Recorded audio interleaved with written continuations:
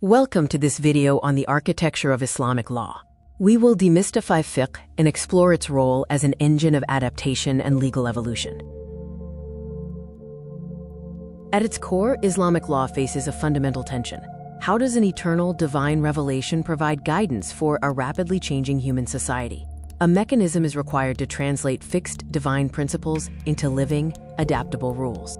To understand this, we must distinguish between sharia and fiqh. Sharia is the divine source, the comprehensive totality of revealed guidance. Fiqh, meaning understanding, is the human endeavor to deduce practical rules from those sources.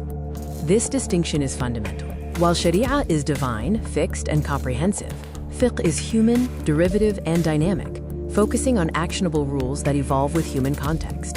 Islamic law covers different areas. Ibadat, or devotional matters, involve unquestioning submission. In contrast, mu'amalat, or civil transactions, rely on rational inquiry and adaptation to realize benefit for mankind. The Quran itself facilitates this evolution.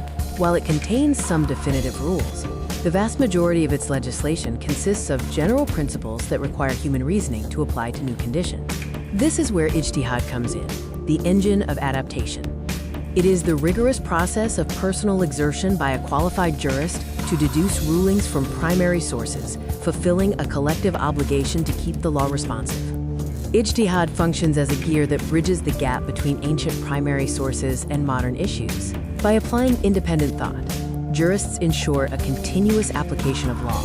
Techniques like ilal and qiyas allow this. Jurists identify the effective cause, or ilal, behind a ruling, and then use analogical reasoning, or qiyas, to extend that rationale to unprecedented situations. Beyond analogy, the concept of maslahah, or public interest, allows for legislation that secures collective welfare, provided it aligns with the broader objectives of the sharia. In short, the anatomy of a ruling starts with an explicit text, proceeds through the extraction of an effective cause, and concludes with its application to a modern issue, all guided by the public good. Historically, this adaptability moved in waves. From the prophetic period to the emergence of the major schools of thought, we see varying levels of vitality and intellectual development. During the era of the followers, different methodologies emerged. Some, the Ahl al-Hadith, prioritized strict textual tradition, while others, the Ahl al-Ra'i, leaned more heavily into rationalism to adapt the law.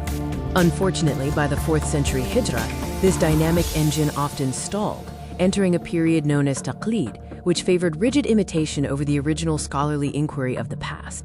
This stagnation was driven by several catalysts, including scholarly isolation, a shift toward writing commentaries rather than new rulings, a lack of state support, and the eventual impact of colonial legal codes. In the 20th century, the retreat of colonial powers and the rise of new nation-states created a need to address unprecedented social and economic realities. The static nature of taqlid was no longer sufficient, sparking a movement to restart the engine of ijtihad. This revival was built on three key pillars: encyclopedic compilation of classical fiqh, the creation of modern statutory legislation, and the establishment of formal fiqh academies to deliberate on contemporary issues. Historically, ijtihad was the work of a single, solitary scholar. Today, the complexity of modern challenges demands a structural evolution toward collective ijtihad, a consultative, assembly-based endeavor where no single person needs to hold all the answers. This interdisciplinary assembly brings together religious scholars, economists, social scientists, and medical professionals. By combining mastery of primary texts with empirical expertise, they can formulate rulings that maintain identity while effectively addressing complex modern domains. In synthesis, modern renewal begins with eternal Quranic principles. Through an interdisciplinary assembly, we extract the effective cause and secure the public interest, overcoming historical stagnation to produce dynamic fiqh that aligns with divine intent. Thank you for watching this overview of the architecture of Islamic law. We have explored the evolution from traditional solitary scholarship to modern collective efforts, showing how the tradition remains vibrant and responsive today.